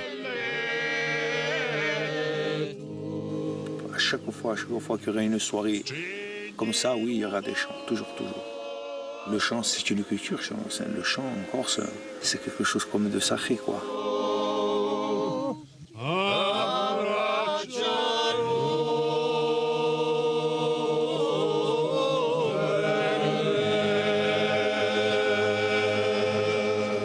Deuxième jour de transhumance, à nouveau 7 ou 8 heures de marche et des villages de plus en plus vides. Il faudrait que ça change, que la politique change dans nos villages. Nos élus fassent vraiment quelque chose. Il ne faut pas que ce soit toujours penser que l'État puisse nous subventionner. Il faut créer quelque chose dans les villages, créer des emplois, créer que les jeunes puissent y vivre. Si c'est dire comme ça, bon, les jeunes ils s'en vont et puis ils vont continuer à s'en aller. Hein. Ah ouais. Mais ce que disent les indépendantistes, je vous le dis franchement, je crois. Hein. Je pense qu'on pourrait, oui, faire revivre les villages. C'est pas un rêve. Moi, je le dis sincèrement. Hein. Pourtant, j'en suis pas un. Je ne suis pas un, mais... Vous n'êtes pas autonomiste? Ah si, je suis nationaliste, ouais. Ah ben, ça ne m'empêche pas de... Je suis nationaliste, mais j'aime pas la violence. Après 7 heures de marche, un chemin escarpé, la fin de la route. Ici, la vie est simple, rude même. Ici, on a du mal à imaginer où sont passés les centaines de millions de francs que le Crédit Agricole a prêtés et qu'il ne parvient pas à se faire rembourser. Panquerach, le village où vivent Étienne, sa femme Marie-Jo et leurs 2 enfants. Quand vous voyez ce Crédit Agricole, les centaines de millions qui ont disparu. C'est quelqu'un qui les a pris, hein. C'est pas nous. C'est pas les petits agriculteurs comme nous, vous voyez bien comment on vit, hein. Attendez, j'ai un vieux Furine, j'ai une petite voiture, je n'ai pas un 4x4 qui coûte 1 million, je n'ai pas des biens placés, ont pris de grosses sommes d'argent, puis c'est tout. Hein. Il n'y en a pas eu qu'un, hein. Il y en a eu plusieurs qui en ont pris. Hein. Je crois que tous les petits agriculteurs, tous les petits vergers ont eu ce... On a été délaissés en fait, donc quand on en était la dernière roue de la charrette. Hein. Et pourtant, les vrais agriculteurs, c'est nous. Hein. Qui est-ce qui fait vivre les montagnes? S'il n'y avait pas nous l'hiver et tout, qui reste dans les villages? Vous êtes un peu amer? Eh bien sûr qu'on est un peu amer. Et vous ne seriez pas vous à ma place? Leur fromagerie. L'été, les chèvres ne donnent plus de lait. Il n'y a plus de fromage à vendre. Pendant 5 mois, les tchouchis ne rentreront plus d'argent. Vous êtes vieilli? Oui. Eh ben, c'est le fameux fromage corse que certains aiment comme ça, c'est le fameux fromage qui marche. Vous voyez les petits asticots qu'il y a, ils sautent. Ça fait un fromage extrêmement fort, piquant. Il y a beaucoup d'amateurs, il y a beaucoup de demandes. On le mange avec les verres. Oui, mais pas les jeunes, c'est plutôt les personnes âgées qui aiment beaucoup, avec un bon vin. Avec les nouvelles normes, avec des laits pasteurisés, ils ne savent pas comment ils vont pouvoir continuer à fabriquer le fromage qui marche. Nos vieux en ont mangé, nos parents en ont mangé, nos enfants en ont mangé. Je ne vois pas pourquoi on veut nous imposer ces fameux fameuses normes, quoi. Il faudrait pasteuriser le lait ou... Disons, les petits comme moi, oui, on est en voie de disparition. On n'en veut plus de nous. On nous fait disparaître tout doucement. Ils y arrivent. Étienne, sa femme et le cousin Maurice profitent de leurs vacances pour rendre visite à des amis. 1 heure de route pour arriver dans la Restonica, l'une des vallées les plus visitées de l'intérieur. En haut de cette vallée, Jean-Paul Chiesi, un ami d'enfance d'Étienne. Il a trouvé une bergerie en altitude qui lui permet de vendre des fromages plus longtemps. Par rapport à Étienne, il gagne 2 mois de travail. 2 mois de plus grâce aux touristes. Allô, bonjour. Ben voilà, hein, c'est des amis. Bonjour. Jean-Paul, berger d'haute montagne. Hein. S'il vous plaît! Des touristes parfois envahissants. Dis-le en dessous! Sortez de là! En pleine saison, c'est 100-800 personnes par jour qui viennent, qui posent des questions, qui nous prennent en photo, qui nous filment. Ça nous fait plaisir. Hein. Parce que bon, l'hiver, on voit pas beaucoup de monde, quoi. Et donc l'été, quand on monte ici, bon, on est fiers quand même de notre montagne et tout. D'où vous êtes? De Californie. Oh là là! Et de San Francisco. Voilà, ça c'est extraordinaire ce qu'il vous fait. C'est comme la vache. Comme la vache, voilà. Ici, on l'appelle l'or blanc, ici, on l'appelle. L'or blanc. L'or blanc. C'est de l'or blanc. Le soir, les touristes retournent vers le bas de la vallée. Les bergers restent entre eux, bien sûr, ils parlent de chèvres. Voilà, elles sont sympas, hein, mais en fin de saison, c'est infernal. Il faut y courir après tout le temps. Elles ne veulent plus redescendre, elles sont là-haut, et c'est fini. Si on n'a pas des bons chiens, qu'on ne connaît pas la montagne impeccable... C'est-à-dire qu'il y en a quelques-unes qui sont toujours comme ça. Elles sont vraiment indépendantes, vous voyez, elles sont vraiment, je dirais, autonomistes, quoi. Oh là! Vous, Jean-Paul, vous êtes autonomiste, indépendantiste? Non, j'ai été. Qu'est-ce qui vous a fait changer? La vie de tous les jours, c'est pas toujours facile, quoi. On a changé, hein. On change d'idée, on grandit, quoi. On vieillit. On vieillit. On voit tout ce qui se passe autour de nous aussi, hein. Faut pas dire, on voit ce qui se passe dans la Corse, hein. On voit tout ce qui s'est passé, tous ces meurtres, tous ces règlements de compte. Donc ça a mené à la perte, je dirais, de la Corse, quoi. Faut dire les choses que c'est, hein. Nationaliste, ça ne veut pas dire obligatoirement indépendant. Ben non, je suis nationaliste parce que bon, moi j'estime qu'on a pas mal de trucs à défendre quand même en Corse. Hein. On a surtout une langue, on a une culture, et puis on a une identité quand même. Non mais ça, Étienne, oui, moi aussi. On peut pas renier notre identité. Et si Yvan Colonna vient frapper demain matin chez vous en disant cachez-moi. Je ne vois pas pourquoi il est chez moi. Il ne doit pas être mauvais ce fromage.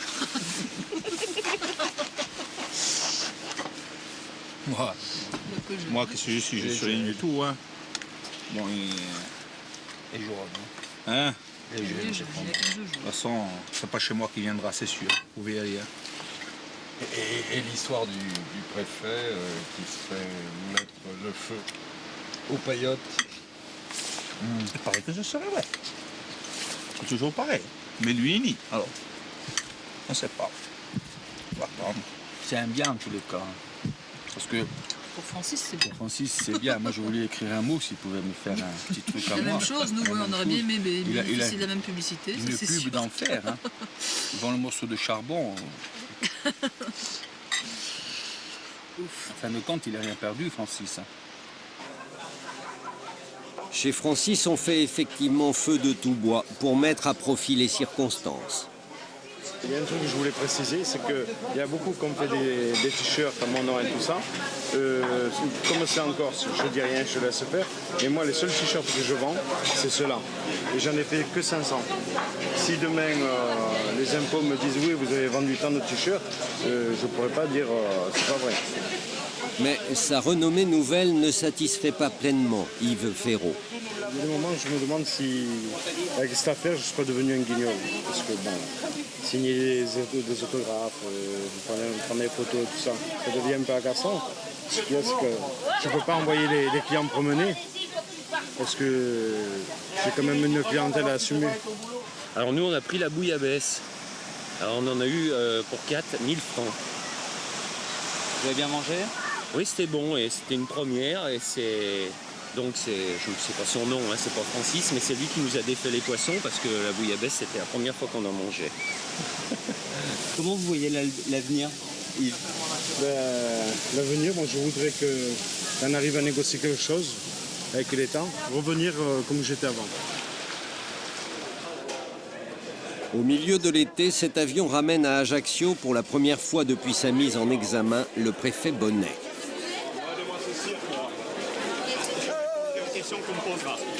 Devant la masse des journalistes, il n'a rien à dire. Il se réserve pour le juge d'instruction qui l'a convoqué. Le préfet Bernard Bonnet vient d'arriver en Corse. Cet après-midi, il sera à nouveau entendu dans le cadre de l'enquête sur l'affaire des paillotes incendiées.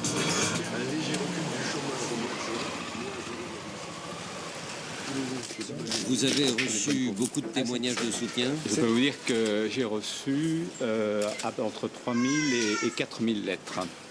Pas toutes de Lille, mais beaucoup de Lille.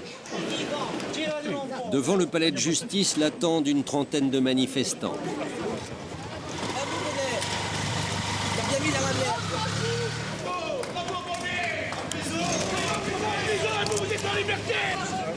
Un peu à l'écart, Yves Ferraud, le propriétaire de la paillote.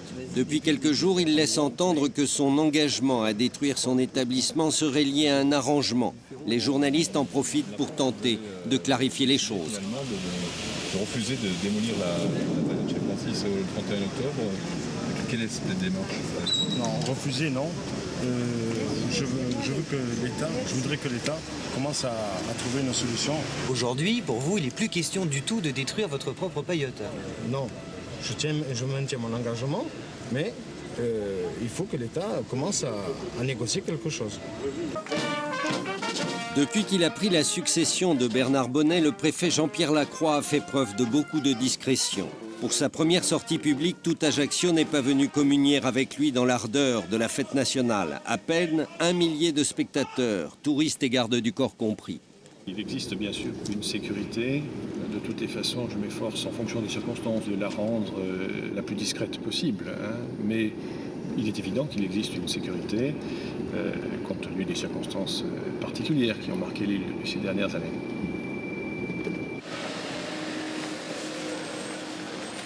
Nous allons sur la place des Palmiers où a eu lieu la réception du maire. Derrière lui, un seul garde du corps. Je ne cesse pas de dire que tout cela doit être fondé sur une confiance partagée. Alors, je dois être le premier à manifester cette confiance que j'ai. Il faut quelque sérénité pour venir représenter ici l'État quand on sait qu'après la mort du préfet Erignac, plus de la moitié des Français souhaitaient que l'on donne à la Corse son indépendance. Ce que j'ai constaté quelques semaines ici, c'est qu'il y avait un espèce de décalage entre l'image que l'on donnait de la Corse, la répercussion que l'on donnait, notamment dans la presse, des événements qui s'y passent. Ce décalage entre la réalité, l'image qu'on en donne, a pu créer ce rejet. Et je pense qu'en Corse, en revanche, il y a une volonté très forte qui s'exprime de rester, bien sûr, dans le cadre de la République française. Une sérénité qui n'interdit pas la fermeté. On a pu penser qu'il y aurait des arrangements, je crois que ce mot a été utilisé, des accommodements avec l'application de la loi ou avec les décisions de justice. Eh bien, il n'en est absolument rien. Avec sérénité, avec le calme qui convient, la loi sera appliquée comme elle le fut précédemment, de la même façon que les décisions de justice seront mises en œuvre. Comment comptez-vous régler le problème des paillotes? Certains propriétaires disent, nous, on ne va pas détruire les paillotes. Des engagements ont été pris. Et je ne veux pas croire qu'il puisse y avoir sur ce sujet matière à longue discussion. Donc ces engagements devront être tenus à la date prévue. 7 heures du matin, le Rhapsody entre dans la baie d'Ajaccio, l'un des 120 bateaux de croisière qui y feront escale au cours de l'été. Le Rhapsody, l'un des plus beaux paquebots de la Méditerranée. À bord, 500 Belges pour une luxueuse croisière de 10 jours organisée par le journal La Libre Belgique. Les personnes qui participent à l'excursion et qui sont du bus numéro 8, le bus numéro 8, vous pouvez maintenant descendre au pont numéro 2. Merci. Leur tour de Méditerranée s'achèvera demain à Gênes. Leur dernière escale, donc, c'est la Corse.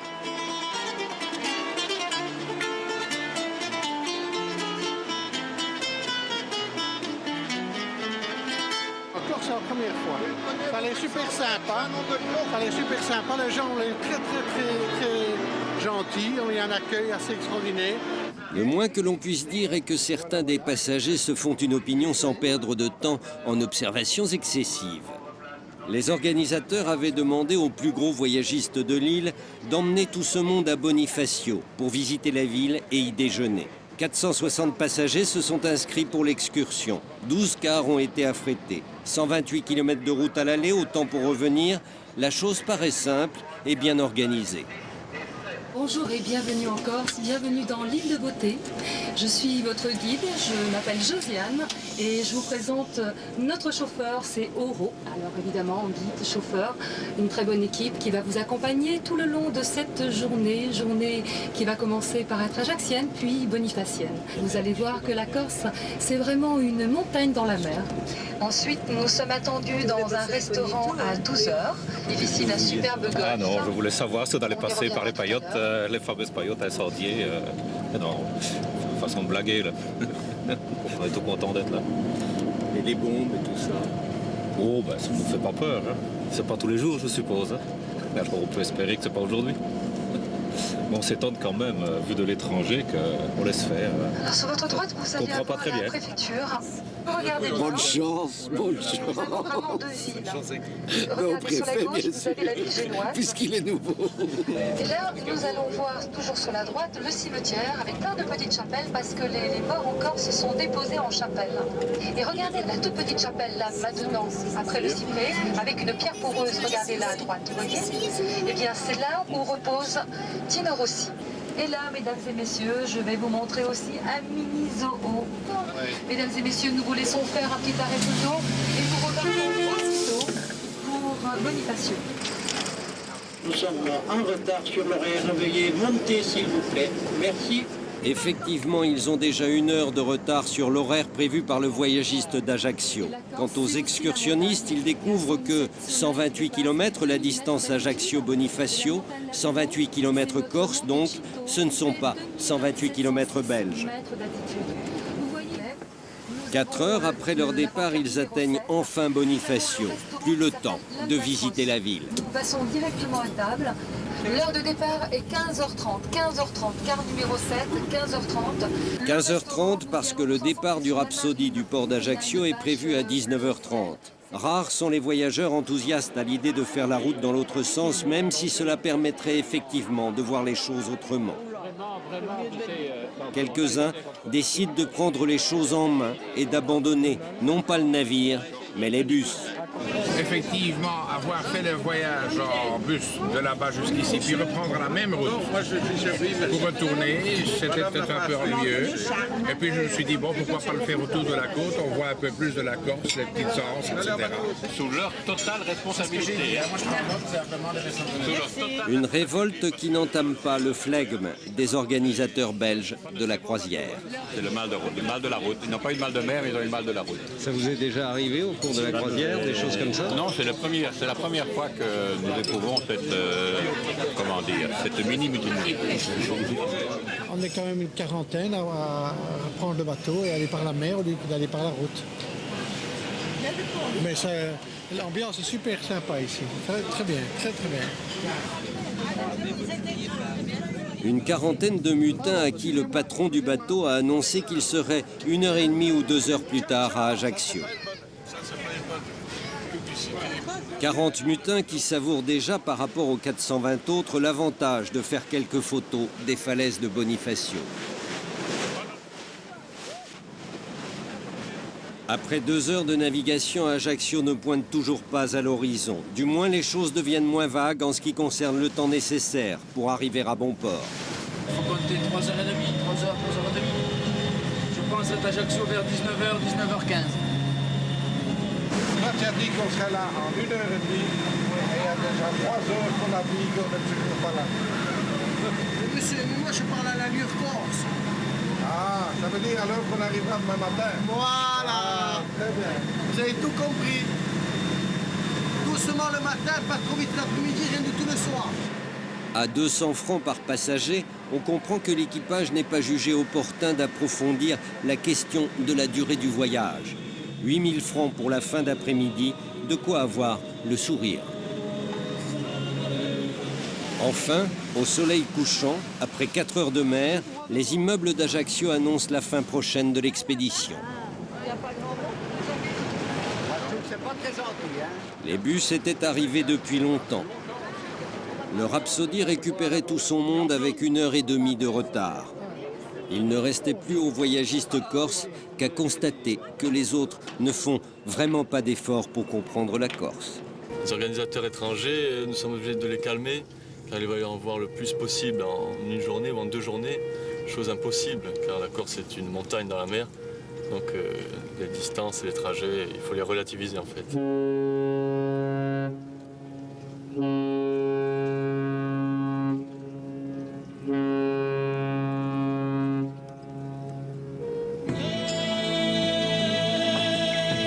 Une montagne dans la mer, Olmich, dans l'Alta Rocca, un village de l'intérieur. La mer est loin, un village envahi par les vaches. Comme dans toutes les gendarmeries de France, on est accueilli ici dès l'entrée par le portrait d'Ivan Colonna. Pour cette affaire-là, pour cette recherche-là, nous multiplions les patrouilles pédestres dans les lieux isolés, dans les lieux aux abords des villages, car l'individu pourrait très bien se réfugier à proximité d'un village un peu perdu de notre circonscription et peut-être bénéficier de l'appui d'un membre de sa famille ou d'amis. Les gendarmes savent bien que dans leurs recherches, ils ne doivent pas trop compter sur l'aide de la population. Il y a une loi du silence en Corse, comme peut-être ailleurs, mais c'est vrai qu'ici, on a toujours l'impression que les gens sont solidaires entre eux et ont peut-être du mal à briser cette loi du silence. Les gens se connaissent tous, les gens ont peur de parler. Dans la montagne, au-dessus d'Olmich, un tunnel abandonné. Les recherches que nous effectuons ce matin sont des recherches, je dirais, de service courant, pas plus pour Ivan Colonna que pour une autre personne. Tu peux prendre une lampe, Pascal, voir? Parce que j'ose pas trop m'aventurer, il paraît que ça tient pas trop. C'est un endroit ici, comme vous le constatez, qui est un petit peu perdu, hein, qui est loin des regards, donc il peut servir pour le braconnage. Ça peut être le refuge de quelqu'un, parce qu'en descendant à 500 ou 600 mètres, on est près d'un village. Ça nous sert aussi à venir constater qu'il n'y a pas eu d'activité, qu'il n'y a eu pas de passage de personnes. Ça, c'est des restes d'un feu, parce que le coin est très fréquenté par des chasseurs. Comme il n'y a plus de cadenas, il se peut bien qu'ils soient rentrés se mettre à l'abri ici. Bon, ben, il n'y a rien.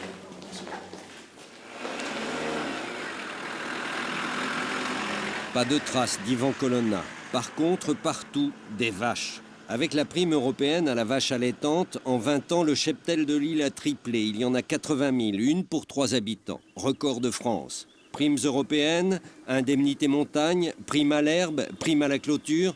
Un propriétaire peut toucher plus de 2000 francs de subvention par animal. Beaucoup de ces propriétaires n'ont pas de terre. Leurs bêtes vont là où elles peuvent. Pas bagués, je vois pas de... Et Pascal, tu vas prendre les photos et puis moi je vais... ouais, donc on a 3 vaches marrons. Je vois pas de moyen d'identification. Allez, je vais relever ça. Notre travail se décompose en 2 phases. Première phase, prise photographique pour les animaux, de façon à pouvoir avoir la preuve matérielle qu'elles sont en divagation au bord des routes. Et deuxième phase, on essaie de relever le maximum de renseignements. Si elles sont ici, c'est qu'elles ne viennent pas de bien loin. Mais c'est interdit? Ah ben, tout à fait, hein, la divagation des animaux sur la voie publique est interdite, ici comme ailleurs. Donc notre rôle, c'est de veiller à ce que ces animaux retournent dans des champs clôturés. Mais vous avez pu le constater sur la route, il y en a énormément en divagation, car il y a beaucoup de propriétaires qui ne s'occupent plus des bêtes qu'ils ont, et les bêtes sont parties dans la nature. C'est une des priorités de la brigade d'Olmich, comme de toutes les brigades qui sont un peu en milieu rural, quoi. Toutes leurs observations sont confiées à un ordinateur. On a besoin de ça, de façon à pouvoir faire un inventaire de toutes les vaches qui divaguent sur la route et de pouvoir enfin cibler les propriétaires, de façon à pouvoir renseigner l'autorité préfectorale si éventuellement il y avait des demandes de renseignement sur ces bovins-là, et également de pouvoir verbaliser ces personnes-là pour leur montrer que les vaches à tel jour, telle heure étaient en divagation. Et cette vache a fini tristement sa carrière à côté d'un dépôt de gaz dans Talanne. Elle a été abattue par Pierre-Dominique Giacomone, un habitant de Sainte-Lucie-de-Talanne, qui a ensuite prévenu nos services qui venaient de mettre fin au jour d'une vache en divagation dans les rues du village. Et ensuite, donc, il nous a appelés pour se constituer prisonnier, pour dire que, bon, ben voilà, je reconnais mon geste, c'est moi qui l'ai fait. Ça vous fait rire? Qu'est-ce qui s'est passé ici? Ben, ce qui s'est passé ici, l'an dernier, en fin août, j'ai abattu une vache. Je l'ai abattue de ma salle de bain. J'avais placardé il y a environ 3 ans sur les platanes du village, comment dirais-je, un avis à tous les agriculteurs, les éleveurs, que je ne tolérerai plus de divagation et qu'on vienne chier, qu'elles viennent chier, bouffer dans mon jardin. Bon, je pense que certains n'en ont pas tenu compte. Paraît-il que ce sont toujours les mêmes. C'est une tradition en Corse, les vaches en liberté? Moi, les traditions de ce mauvais goût, je les condamne. Et comme je ne peux pas compter sur la police ordinaire, je fais ma propre police. Voilà. C'est clair. Cet après-midi-là, des sirènes sortent les habitants de leur sieste. Ici, on est habitué, comme dans toute la Corse, cela n'arrête pas. Principaux accusés de ces mises à feu, les faux éleveurs, ceux qui n'ont pas de terre. Leurs vaches ne sont pas des chèvres, elles ne peuvent pas pénétrer le maquis. Pour nourrir leurs bêtes, ils ont la vieille solution qui consiste à brûler quelques hectares, l'écobuage. Un peu de pluie et en quelques semaines, l'herbe est bonne à brouter. On va aller voir sur les lieux si on retrouve des indices. Mais bon, il y a forte chance que ça soit criminel, quoi. L'exemple, le départ de feu ici. 2 autres départs à l'opposé de la route. C'est quoi un départ de feu? Volontairement, quelqu'un s'est amusé à allumer un briquet, une bougie, tout ce qui peut faire un départ, quoi. Voilà, regardez, hein, résultat. Hein. Les flammes sont passées pratiquement par-dessus nos voitures. Il y a 3 voitures qui sont passées, les flammes, on a été pratiquement... Enfin, ça faisait peu de temps que ça s'était allumé quand on est passé. Ce feu n'est pas arrivé là par hasard. Hein. Comme il y a 6 ans, il y a eu, je crois, une quinzaine de mises à feu, quelque chose comme ça. Bon, ce n'est pas le fait du hasard. Pour nous, c'est pas évident de prendre ces personnes en flagrant délit. Hein. C'est plus facile pour eux que pour nous. Hein. Mais bon, si la population participait un peu aussi, ça serait efficace, je pense. Mais bon, malheureusement... c'est des conneries. Eux, pour commencer, là, au lieu de faire la guerre nationaliste, s'ils faisaient un peu plus de présence sur les routes et un peu plus de vigilance, ça irait un peu mieux. Peut-être ça dissuaderait les mises à feu. Qui met le feu ici? Qui met J'aimerais bien le savoir. Il faudrait arrêter de mettre ça sur le compte des agriculteurs. Enfin, qu'est-ce que vous voulez que ça nous rapporte à nous? J'ai le hangar, il y a presque 8000 bottes de foin dans le hangar. Vous voulez que moi je m'amuse à mettre le feu? Alors j'ai un hangar à 100 mètres de là qui est plein de foin. Il faut arrêter de dire des conneries aussi un peu. Alors pourquoi ces mises à feu? Une vengeance, une jalousie, une querelle de chasse, un pyromane? Toutes les hypothèses sont permises. Ça rapporte à certains de mettre le feu. C'est une industrie, le feu en Corse, c'est une industrie. Ça rapporte à qui, à votre avis? Aux pompiers? Au pouvoir public, à tout le monde, ça rapporte. Ou ceux qui vendent le produit retardant, ça rapporte à tout le monde. Il faut savoir, il faut le dire. Il y a même devant les caméras, il faut le dire. Parce que moi, je ne vais pas faire à eux si j'attrape en train de mettre le feu, je vous le dis. Hein. Il ne va pas y avoir de plainte, je ne vais pas appeler les gendarmes. Hein. À qui? Ça va être vite traité, le problème. Hein. Deux départs de feu, à distance de... Souvent mis en cause également les pompiers. Pour le lieutenant Margelli, patron de la compagnie de Sartène, l'accusation est facile.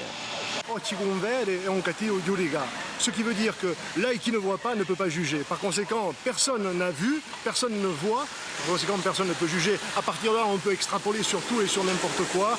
Dire que ça profite aux bergers, dire que ça profite aux pompiers, dire que ça profite à l'industrie du feu, dire que ça profite aux équipementiers de nos véhicules, aux gens qui fabriquent des tuyaux. Bon, on peut dire n'importe quoi. Hein. Non ?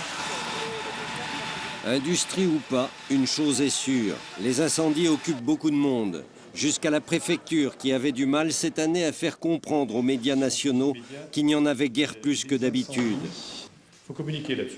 Sur juillet et août, 747 incendies ont brûlé 3928 hectares. L'an dernier, sur la même période, 636 feux avaient détruit 3840 hectares.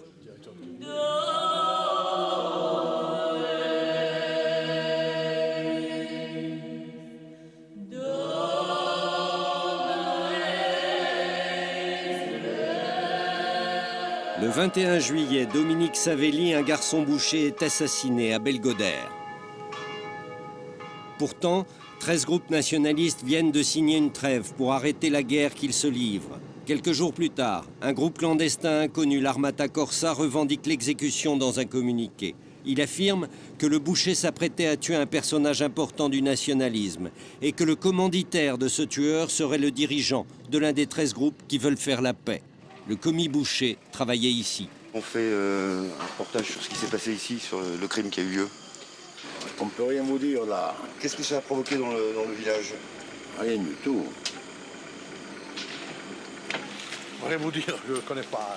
Je connaissais comme toi, mais vaguement. Hein? Et vous, monsieur, qu'est-ce que Qu'est-ce que dans le village pour vous ça a provoqué? Allez emmener plutôt vers là-bas, il y a des gens là, ils vont vous le dire. Plus loin là. Sur ce qui s'est passé dans le village là, ici, sur l'assassinat du boucher là. C'est l'assassinat du boucher. Bon, alors là. Il n'est même pas d'ici le type, hein, on ne le connaît pas. Enfin, non, on ne le connaît pas. Il n'est même pas d'ici. Et son village n'est pas d'ici, hein. C'est pas chaud, nous on ne le connaît pas. Qu'est-ce que ça a provoqué dans le village? Ah, je suis arrivé l'autre jour, j'ai entendu le skate, mais je sais pas. Bah, le fait que c'était revendiqué par un nouveau mouvement nationaliste, qu'est-ce que vous en pensez, vous? Je sais pas. Ça, on ne peut pas expliquer ce qui s'est passé, ce qui va passer.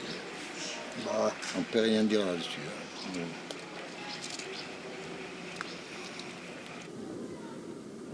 Dans le petit monde du nationalisme où l'on sait décrypter les messages, beaucoup comprennent que la cible du boucher, c'était Jean-Michel Rossi. Du coup, le journal Libération laisse entendre que l'homme qui dirigerait Armata Corsa, c'est lui. Je ne crois pas que Libération m'accuse de façon aussi précise. Cela dit, les insinuations que peut contenir l'article auquel vous faites allusion, je les dément formellement.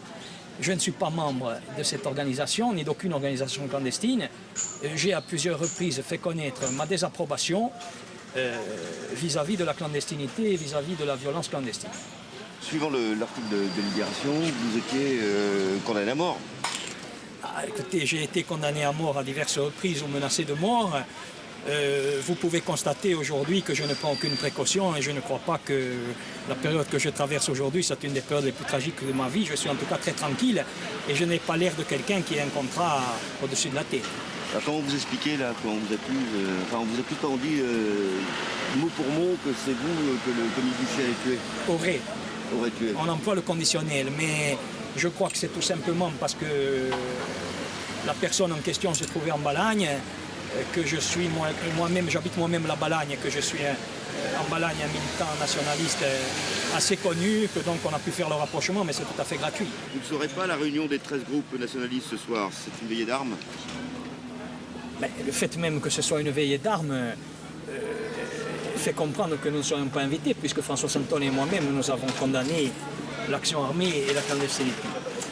Mais plaisanterie mise à part, je dirais que nous ne sommes pas invités parce que nous ne souhaitons pas être invités.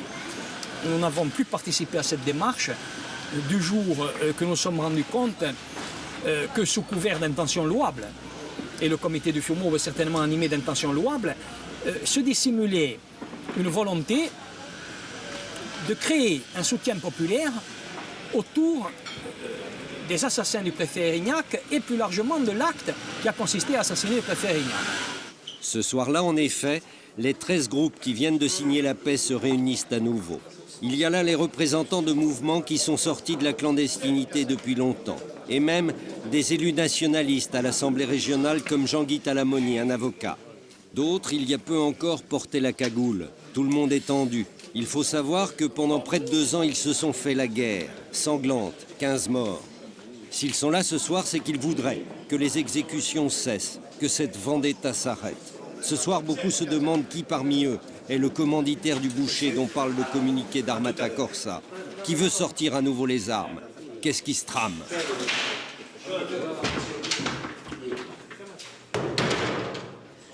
Après 7 heures de huis clos, les portes de la salle se sont rouvertes. Ils se sont mis d'accord sur un communiqué.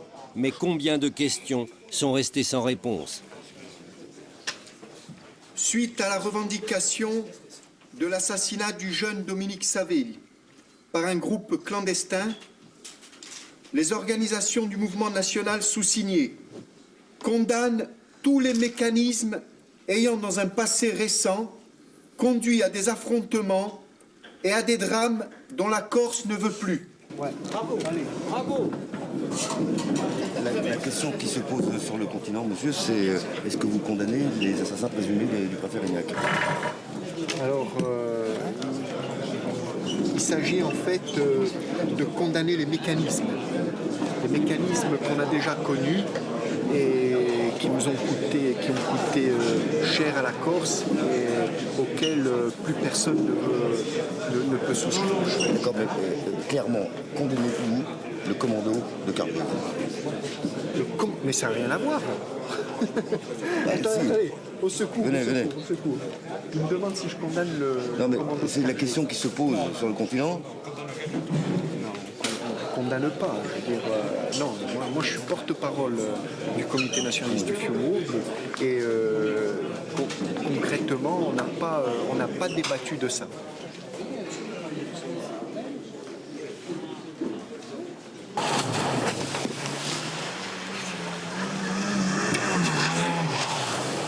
À quelques kilomètres de Porto Vecchio, une plage. Cyril le peintre et ses amis s'y rendent fréquemment le soir pour dîner.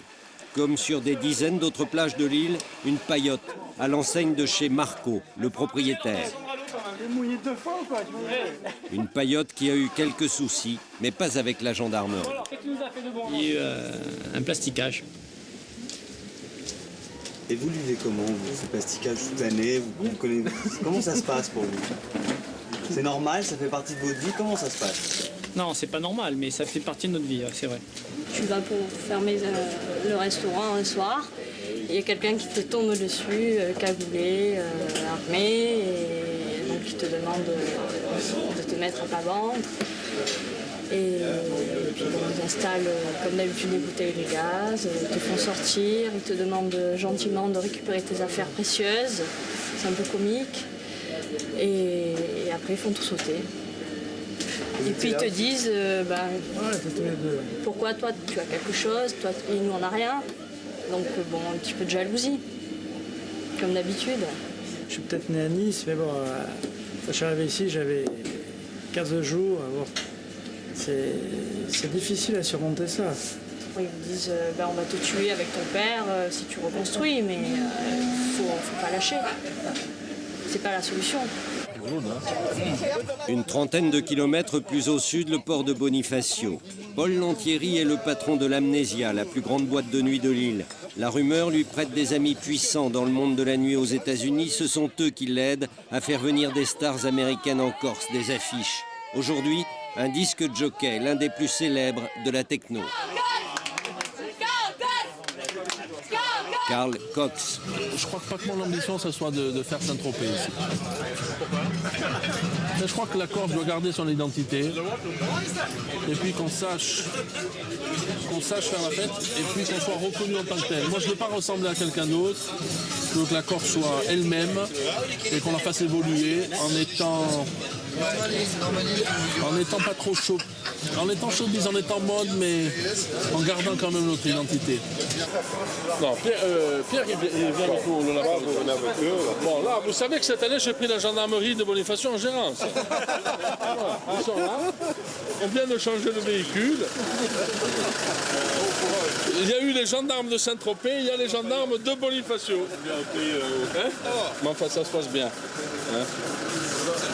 Allez-y, je vous en prie. C'était donc tout à fait. Vous avez vu L'Amnesia, en moyenne 3000 clients chaque nuit d'été. Parmi eux, nos 4 Parisiens pour leur dernière soirée sur l'île. Qu'est-ce que c'est que cet endroit là? Là, on est à l'Amnesia, une des plus grandes boîtes de la région, sinon la meilleure. Donc à partir de là, on devra passer de bons moments et surtout une bonne soirée, quoi. Surtout s'il y a Carl Cox, obligé. Carl Cox, d'accord, mais les perspectives de bonne soirée se situent ailleurs. Seulement, si la techno a assurément des vertus défoulantes, elle n'a pas celle de favoriser les rencontres.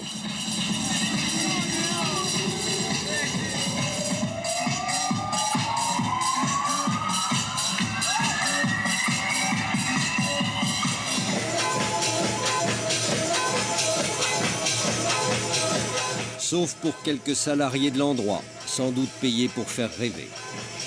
Plus tard dans la nuit, le rêve est resté inaccessible.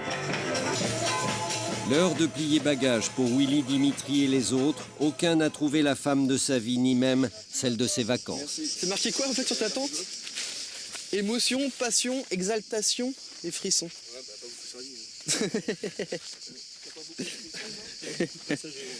Pas beaucoup de passion ni d'exaltation. Bon, en fait, je suis marié. C'est ta tante qui te parle. Et je suis vachement fidèle, donc je n'ai pas voulu me faire de fils ce mois-ci. C'est un principe que j'ai.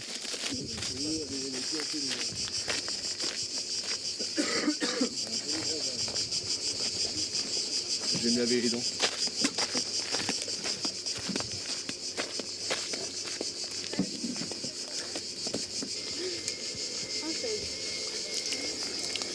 On a des filles comme ça en France, nous. Oh, bah non, ils sont bien cachés, là. Et t'en penses quoi de la Corse? C'est joli. C'est joli? Ouais. Et les corps? C'est autre chose. Ah ouais. Non mais je suis pas corse. Hein. Bah, ça me dit. Je suis français. Au revoir. Et voilà, c'est toujours comme ça. Voilà. Elle est maquée.